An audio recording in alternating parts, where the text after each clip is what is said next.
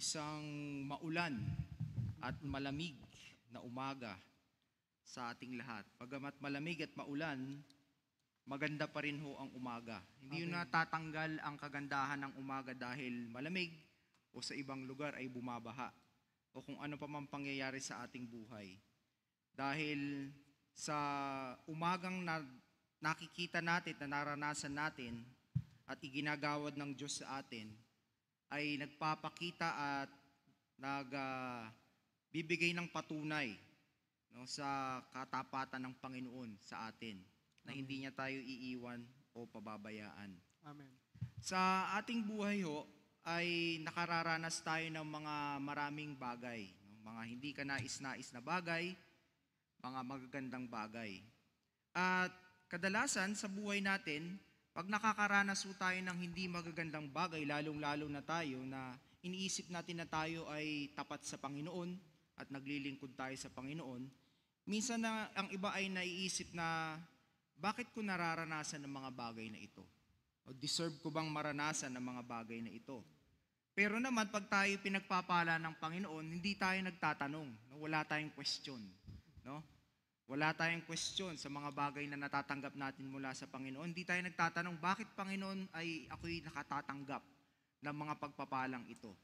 Pero sa atin, sa malalim na sa mga iba sa atin na malalim ang pagkakaintindi sa mga nangyayari sa ating paligid, natatanong natin yan at inaalam natin at pinagdarasal natin sa Panginoon kung ano ang halaga o ano ang purpose ng mga blessing na natatanggap natin sa ating buhay.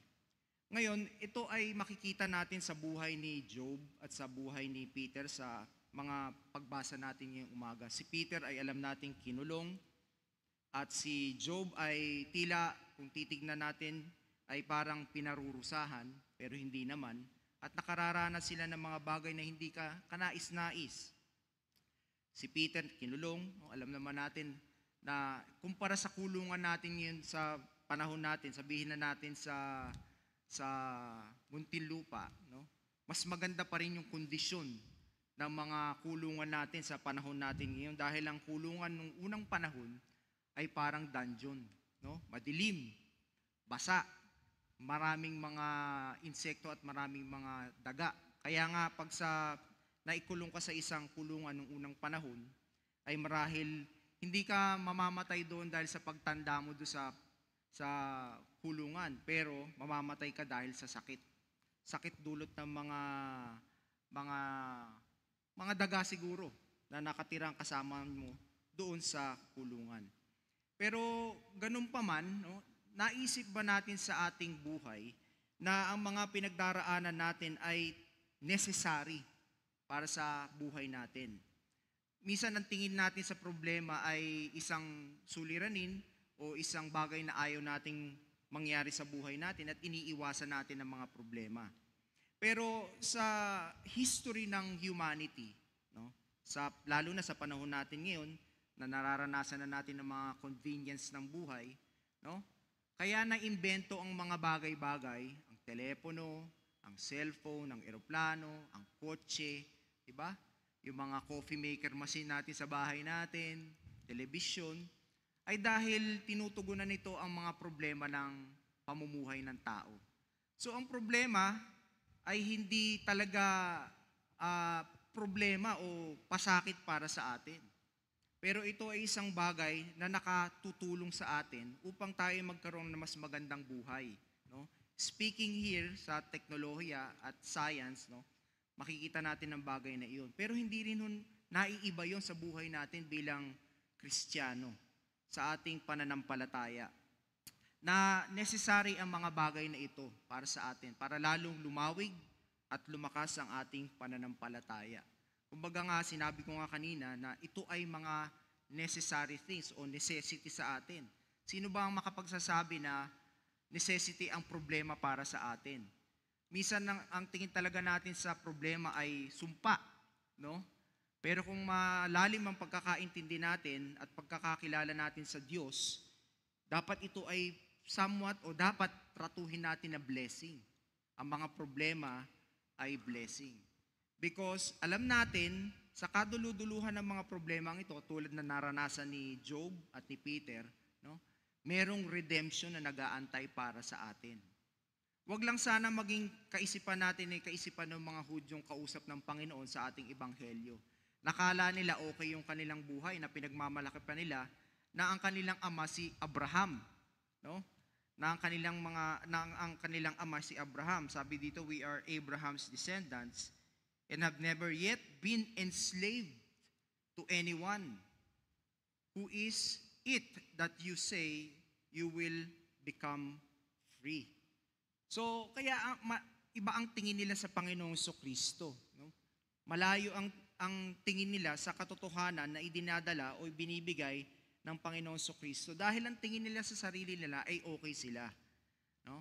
Pero dito makikita natin na ibinunyag ng Panginoong Kristo na hindi nyo ama ang Diyos. Kasi kung amaan nyo ang Diyos, no, tatanggapin nyo ko at mamahalin nyo ko at tatanggapin nyo lahat ng mga sinasabi ko sa inyo ng mga salita ng buhay.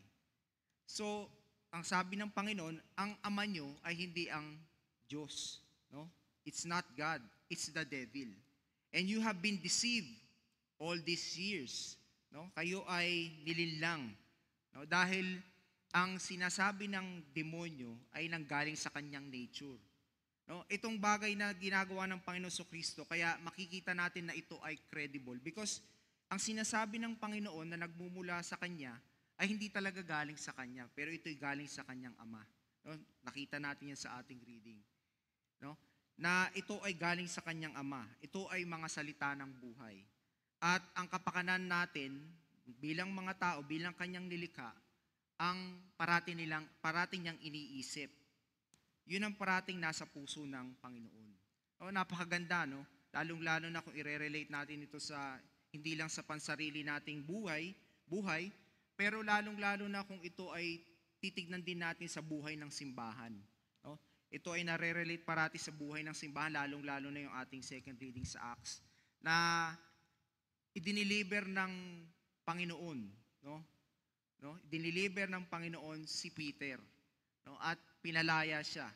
At kung titignan natin, ang sabi pa nga ni Peter ay, sabi pa nga sa Acts, na si Peter daw, ang pakiramdam niya, para lang daw siyang nananagilip, no? Sa mga bagay-bagay na nararanasan niya, na yung kanyang mga tanikala, yung kanyang mga posas ay pusang nalaglag, na kung titingnan natin dito, ang nagbabantay sa kanya, kung hindi ako nagkakamali, ay 4 na grupo ng mga soldiers. Diba? Paano mo malalampasan ng mga taong iyon na nagbabantay sa iyo? At dito makikita natin kung gaano kabuti ang Panginoon. Kaya nga, tunay nga, na katulad ng alam nating verse, no? Sa Romans 8:20, that God causes all things to work together for good for those who love Him, no? And for the purposes, no? Or for those who He called for His purposes. No? Tayo ay tinawag para sa purposes ng Panginoon. Anong purpose natin? To glorify God. And at the end of the day, doon sa buhay ni Job, sa lahat ng kanyang naranasan, kasi dito makikita natin, pinagalitan niya yung kanyang yung mga gumagamot sa kanya o yung mga kaibigan niya. Bakit ganyan na sinasabi niya sa Panginoon? Hindi yan ang Panginoon. No? Pinagalitan niya. At the end of the day, sa buhay ni Job, no, naging mabuti ang lahat. Ganon din dapat ang maging attitude natin sa buhay natin. Hindi porket ang sitwasyon ng buhay natin ay ganito, ay mananatili na lamang itong ganito. Dahil malaki at maganda ang plano ng Diyos para sa atin. Hindi para tayo ay saktan, pero para tayo ay bigyan ng buhay na walang hanggan at bigyan ng kabuuan ng buhay sa mundong ibabaw. Para ma-enjoy natin ang buhay natin sa mundong ibabaw. Not just enjoying it dahil nagagawa natin yung gusto natin, pero enjoying it because we know, no, that God cares for us and He will never leave us nor forsake us. And He is for us. Na sa mga pagkakamali natin sa ating buhay, hindi niya masyadong tinitignan yun. Binibigyan niya tayo ng pagkakataon parate upang magkaroon tayo ng realization sa buhay natin na sa mga maling gawain natin, ito ay ating talikuran upang makamtan natin ang tunay na buhay, tunay na kapayapaan, at pag-ibig ng Diyos para sa atin at pag-ibig natin sa Kanya at pag-ibig natin sa ating kapwa. Amen. Sa ngalan ng Ama, ng Anak, ng Espiritu Santo. Amen. Tayo po ay magsitayo.